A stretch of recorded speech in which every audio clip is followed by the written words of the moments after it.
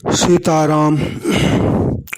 श्रीमद् भगवद गीता के 10वें अध्याय का महात्म्य आज कह रहा हूँ। तो 10वां अध्याय का नाम विभूति योग है और इसमें 42 श्लोक हैं। तो तुलसीदास जी के दोहे पहले मैं कह रहा हूँ। तुलसीदास जी कहते हैं, नीच मीच ले जाई जो राम रजाय सुपाई, तो तुलसी तेरो भलो न तो अन भलो अघाई। तुलसीदास जी कहते हैं कि अरे नीच, यानी अपने को ही कह रहे हैं, अरे नीच, यदि श्री राम जी की आज्ञा पाकर तुझे मृत्यु भी ले जाए तो उससे भी तेरा कल्याण ही है, परंतु मनमाने जीवन में तो तेरा महान अकल्याण ही है। यानी भगवान जो करें वो ठीक है, मनमाने तो अगर कुछ गलत करेगा तो उससे अकल्याण ही होगा। दूसरा है, बंधु बधूरत कही कियो बचन निरुत्तर बाली, तुलसी प्रभु सुग्रीव की चितई न कछु कुचाल। बड़ा अद्भुत दोहा है ये। तुलसीदास जी महाराज कहते हैं, श्री राम जी ने बाली को तो यह कहकर निरुत्तर कर दिया कि तू भाई की स्त्री पर आसक्त है, इसलिए मैंने तुझे मारा। परंतु तुलसीदास जी कहते हैं कि भगवान राम जी ने सुग्रीव की वैसी ही कुचाल पर कुछ भी ध्यान नहीं दिया। सीताराम। तो अब श्रीमद् भगवद गीता के 2 श्लोकों का पहले मैं पाठ कर रहा हूँ और फिर उसके बाद और होगा। श्री भगवान वाच, भूय एव महाबाहो शृणु मे परमं वच, यत्तेऽहं प्रीयमाणाय वक्ष्यामि हितकाम्यया, न मे विदुः सुरगणा प्रभवन् महर्षय, अहमादिर्हि देवानां महर्षीणां च सर्वशः। तो इस अध्याय का नाम विभूति योग है और इसमें 42 श्लोक हैं। महाराज जी ने इस अध्याय का सारांश कहा है थोड़ा सा, वो मैं कह रहा हूँ। तो महाराज जी के शब्दों में, मनुष्य के पास चिंतन करने की जो शक्ति है उसको भगवान के चिंतन में ही लगाना चाहिए।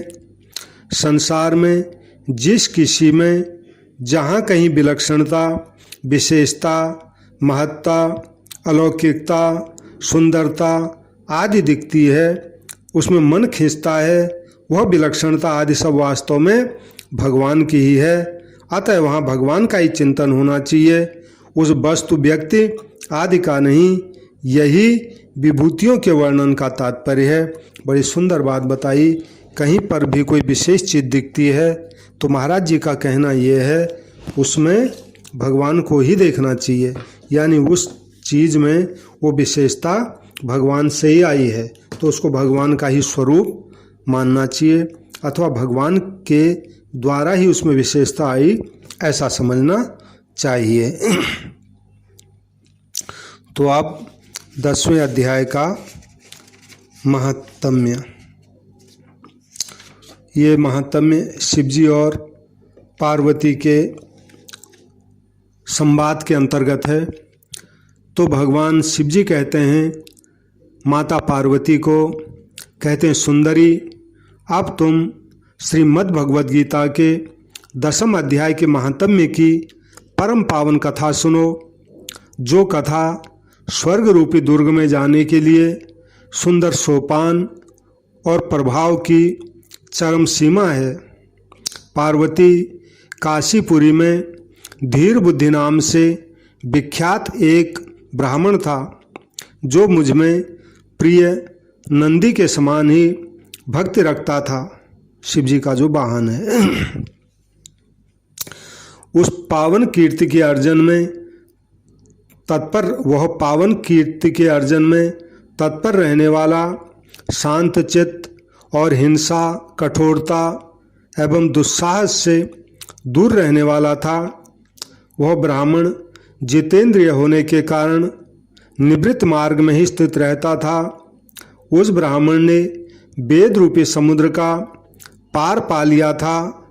वह संपूर्ण शास्त्रों के तात्पर्य का ज्ञाता था। उसका चित्त हमेशा मेरे ध्यान में ही लगा रहता था। वह मन को अंतरात्मा में लगाकर सदा आत्म तत्व का साक्षात्कार किया करता था। अतः जब वह चलने लगता तब मैं भी प्रेमवश उसके पीछे पीछे दौड़कर उसको हाथ का सहारा दिया करता था। यह देख करके मेरे पार्षद भृंगऋषि ने मुझसे पूछा, भगवान इस प्रकार भला किसने आपका दर्शन किया होगा? इस महात्मा ने ऐसा कौन सा तप, कौन सा होम अथवा कौन सा जप किया है कि आप स्वयं ही पद पद पर इसको हाथ का सहारा देते हुए चलते हैं? तो पार्वती भृंगऋषि का यह प्रश्न सुनकर मैंने इस प्रकार उत्तर देना उसको आरंभ किया। मैंने कहा, भृंगऋषि, एक समय की बात है, कैलाश पर्वत के पार्श्व भाग में पुन्नाग वन के भीतर चंद्रमा की अमृतमयी किरणों से धुली हुई भूमि में एक वेदी का आश्रय लेकर एक समय में बैठा हुआ था। मेरे बैठने के क्षण भर बाद ही सहसा बड़े जोर की आंधी उठी। वहाँ के वृक्षों की शाखाएं उस आंधी से नीचे ऊपर होकर आपस में टकराने लग गई और कितनी ही टहनियाँ तो टूट टूट कर इधर उधर बिखर गई। पर्वत की अविचल छाया भी हिलने लगी। इसके बाद वहाँ महान भयंकर एक शब्द हुआ जिससे पर्वत की कंदराएं भी प्रतिध्वनित हो उठी। उसके बाद आकाश से कोई विशाल पक्षी उतरा जिसकी कांति काले मेघ के समान थी। यानी ये जो आंधी आई थी उस पक्षी के आने का वेग थी। तो वह पक्षी कज्जल की राशि, अंधकार के समूह अथवा कटे हुए पंख, कटे हुए काले पर्वत सा जान पड़ता था। जिसके पंख कटे हों, पैरों से पृथ्वी का सहारा लेकर उस पक्षी ने मुझे प्रणाम किया और एक सुंदर नवीन कमल मेरे चरणों में रखकर स्पष्ट वाणी से मेरी स्तुति आरंभ की। वह पक्षी बोला, देव आपकी जय हो। आप चिदानंदमयी सुधा के सागर तथा जगत के पालक हैं। सदा सद्भावना से युक्त एवं अनासक्ति की लहरों से उल्लसित हैं। आपके वैभव का कहीं अंत नहीं है। आपकी प्रभु जय हो। अद्वैत वासना से परिपूर्ण बुद्धि के द्वारा आप त्रिविध मलों से रहित हैं। आप जितेंद्रिय भक्तों के अधीन रहते हैं तथा ध्यान में आपके स्वरूप का साक्षात्कार होता है। आप अविद्यामय, उपाधि से रहित, नित्य मुक्त, निराकार, निरामय, असीम, अहंकार शून्य, आवरण रहित और निर्गुण हैं। आपके चरण कमल शरणागत भक्तों की रक्षा करने में प्रवीण हैं। अपने भयंकर ललाट रूपी महासर्प की विष ज्वाला से आपने कामदेव को भस्म किया है। प्रभु आपकी जय हो। आप प्रत्यक्ष आदि परमाणुओं से दूर होते हुए भी प्रमाण्य स्वरूप हैं। आपको मेरा बार बार नमस्कार है। चैतन्य के स्वामी तथा त्रिभुवन रूपधारी प्रभु आपको मेरा प्रणाम है। मैं श्रेष्ठ योगियों द्वारा चुंबित आपके उन चरण कमलों की वंदना करता हूँ जो चरण कमल अपार भव पाप के समुद्र से पार उतारने में अद्भुत शक्तिशाली हैं। हे महादेव, साक्षात बृहस्पति भी आपकी स्तुति करने की धृष्टता नहीं कर सकते और सहस्त्र मुखों वाले नागराज शेष में भी इतनी चातुरी नहीं है कि वे आपके गुणों का वर्णन कर सकें। भले वो परम ज्ञानी हैं और उनके हजारों मुख हैं तो भी वह आपके गुणों का वर्णन नहीं कर सकते। फिर मेरे जैसे छोटी बुद्धि वाले पक्षी की तो बिसात ही क्या है। तो पार्वती उस पक्षी के द्वारा किए हुए इस स्तोत्र को सुनकर मैंने उस पक्षी से पूछा कि विहंगम, तुम कौन हो और तुम कहाँ से आए हो? तुम्हारी आकृति तो देखने में हंस जैसी है, मगर तुम्हारा रंग कौवे जैसा काला है। तुम जिस प्रयोजन को लेकर मेरे पास आए हो उस प्रयोजन को बताओ, यानी किस काम से आए हो वो बताइए। तो पार्वती मेरा ऐसा पूछने पर वो पक्षी बोला, देवेश, मुझे आप ब्रह्मा जी का हंस जानिए। हे धूर्जटे, जिस कर्म से मेरे इस शरीर में इस समय ये कालिमा आ गई है उसको भी सुनिए। प्रभु, यद्यपि आप सर्वज्ञ हैं, आपसे कोई बात छिपी नहीं है, फिर भी अगर आप पूछते हैं तो मैं आपको बतलाता हूँ। महाराज, सौराष्ट्र यानी सूरत नगर के पास एक सुंदर सरोवर है जिसमें कमल हमेशा लहलहाते रहते हैं। उसी में से बाल चंद्रमा के टुकड़े जैसे श्वेत मृणाल के गाछ लेकर मैं बड़ी तीव्र गति से आकाश में उड़ रहा था। उड़ते उड़ते सहसा वहाँ से पृथ्वी पर मैं गिर पड़ा और जब होश में आया तब अपने गिरने का कोई भी कारण नहीं देख सका तो मन ही मन सोचने लगा, अहो यह मुझ पर क्या आ पड़ा, आज मेरा पतन कैसे हो गया। पके हुए कपूर के समान मेरे श्वेत शरीर में ये अचानक कालिमा कैसे आ गई। इस प्रकार विस्मित होकर मैं अभी विचार कर ही रहा था कि उस पोखरे के कमलों में से मुझे ऐसी वाणी सुनाई दी, यानी वो जो कमलों का तालाब था उधर से आवाज़ सुनाई दी। ये आवाज़ आ रही थी कि हंस उठो, मैं तुम्हारे गिरने और तुम्हारे काले होने का कारण तुमको बताती हूँ। तब मैं उठकर महाराज सरोवर के बीच में गया और वहाँ 5 कमलों से युक्त एक सुंदर कमलनी को देखा। उसको प्रणाम करके मैंने उस कमलनी की प्रदक्षिणा की और अपने पतन का सारा कारण पूछा कि बताइए मेरा शरीर ये काला क्यों पड़ गया। तब कमलनी बोली, कलहंस, तुम आकाश मार्ग से मुझे लांघ कर गए हो, उसी पाप के परिणामवश तुम्हें पृथ्वी पर गिरना पड़ा है तथा उसी के कारण तुम्हारे शरीर में कालिमा दिखाई देती है। तुम्हें गिरा देख मेरे हृदय में दया भर आई और जब मैं इस मध्यम कमल के द्वारा बोलने लगी हूँ उस समय मेरे मुख से निकली हुई सुगंध को सूंघकर 60,000 भंवरे स्वर्ग को प्राप्त हो गए हैं। पक्षीराज, जिस कारण मुझ में इतना वैभव, ऐसा प्रभाव आया है, अब उसको भी बताती हूँ, तुम सुनो।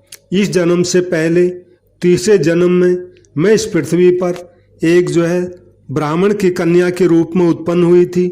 उस समय मेरा नाम सरोज बदना था और मैं गुरुजनों की सेवा करती हुई सदा पातिव्रत के पालन में तत्पर रहती थी।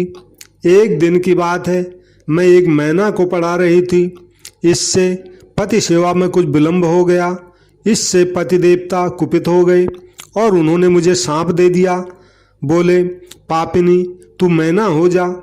तो मरने के बाद यद्यपि मैं मैना ही हुई उनके सांप के कारण, तथापि पातिव्रत के प्रसाद से मुनियों के ही घर में मुझे आश्रय मिला। किसी मुनि कन्या ने मेरा पालन पोषण किया। मैं जिनके घर में थी वे ब्राह्मण भी प्रतिदिन प्रातःकाल श्रीमद् भगवद गीता के 10वें अध्याय विभूति योग के नाम से जो है उस अध्याय का पाठ करते थे और मैं उस पापहारी अध्याय को सुना करती थी। तो विहंगम, काल आने पर मैं मैना का शरीर छोड़कर 10वें अध्याय के श्रवण के महात्म्य से स्वर्ग लोक में अप्सरा हुई। मेरा नाम वहाँ पद्मावती हुआ और मैं पद्मा की प्यारी सखी हो गई। एक दिन मैं विमान से आकाश में विचर रही थी। उस समय सुंदर कमलों से सुशोभित इस रमणीय सरोवर पर मेरी दृष्टि पड़ी और इसमें उतरकर ज्यों ही मैंने जल क्रीड़ा आरंभ की त्यों ही दुर्वासा मुनि आधम के उन्होंने वस्त्रहीन अवस्था में मुझे देख लिया। उनके भय से मैंने स्वयं ही एक कमलनी का रूप धारण कर लिया। मेरे दोनों पैर 2 कमल हुए, दोनों हाथ भी 2 कमल हो गए और शेष अंगों के साथ मेरा मुख भी एक कमल हो गया। इस प्रकार मैं 5 कमलों से युक्त हो गई। मैंने यानी अपने को 5 कमलों के रूप में बदल दिया। मैं 5 कमल बन गई उस सरोवर में। तो मुनिवर दुर्वासा ने मुझे देख लिया। उनके नेत्र क्रोधाग्नि से जल रहे थे। वे बोले मुझे कि पापिनी, तू इसी रूप में 100 वर्ष तक यहाँ कमलनी ही बनकर पड़ी रहे। यह सांप देखकर वे क्षण भर में अंतर्ध्यान हो गए। कमलनी होने पर भी विभूति योगाध्याय के महात्म्य से मेरी वाणी लुप्त नहीं हुई है। मुझे लांघने मात्र के अपराध से तुम पृथ्वी पर गिरे हो, तो पक्षीराज यहाँ खड़े हुए तुम्हारे सामने ही आज मेरे सांप की निवृत्ति हो रही है, क्योंकि आज मुझे कमलनी के रूप में 100 वर्ष पूरे हो गए हैं। मेरे द्वारा गाए जाते हुए उस उत्तम अध्याय को तुम भी सुन लो। उसके श्रवण मात्र से तुम भी आज ही मुक्त हो जाओगे। तो यूँ कहकर पद्मिनी ने स्पष्ट एवं सुंदर वाणी में 10वें अध्याय का पाठ किया और वो मुक्त हो गई। उसे सुनने के बाद उसी के दिए हुए इस उत्तम कमल को लाकर मैंने आपको अर्पण किया है। तो पार्वती इतनी कथा सुनाकर उस पक्षी ने अपना शरीर भी मेरे सामने त्याग दिया। यह एक अद्भुत सी घटना हुई। वह पक्षी अब 10वें अध्याय के प्रभाव से ब्राह्मण कुल में उत्पन्न हुआ है। जन्म से ही अभ्यास होने के कारण शैशवावस्था में ही इसके मुख से सदा गीता के 10वें अध्याय का उच्चारण हुआ करता है। 10वें अध्याय के अर्थ चिंतन का यह परिणाम हुआ है कि यह सब भूतों में स्थित शंख चक्रधारी भगवान विष्णु का ही सदा दर्शन करता रहता है। इसकी स्नेहपूर्ण दृष्टि जब कभी किसी देहधारी के शरीर पर पड़ जाती है तो वह चाहे शराबी हो चाहे ब्रह्म हत्यारा हो, वो जो है मुक्त हो जाता है तथा पूर्व जन्म में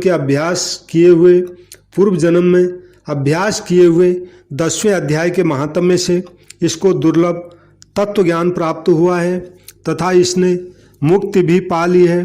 अतः जब यह रास्ता चलने लगता है तो मैं इसे हाथ का सहारा दिए रहता हूँ। तो भृंगरीटे यह सब 10वें अध्याय की ही महामहिमा है। तो शिवजी कहते हैं पार्वती, इस प्रकार मैंने भृंगरीटे के सामने जो पाप नाशक कथा कही थी वह यहाँ तुमसे भी कही है। नर हो या नारी अथवा कोई भी क्यों न हो, इस 10वें अध्याय के श्रवण मात्र से उसे सम आश्रमों के पालन का फल प्राप्त होता है। सीताराम सीताराम। अब 10वें अध्याय के 2 श्लोक में बोल रहा हूँ। आखिरी श्लोक। श्री भगवान वाच यद्विभूतिमत्सद्वं श्रीमदूर्जितमेव वा तत्तद्देवावगच्छत्वं मम तेजोंस संभवम् अथवा बहुनैतेन किं ज्ञातेन तवार्जुनो विष्टभ्याहमिदं कृतस्नम् एकांशेन स्थितो जगत्। सीताराम। तुलसीदास जी के 2 दोहे मैं बोल रहा हूँ। तुलसीदास जी कहते हैं,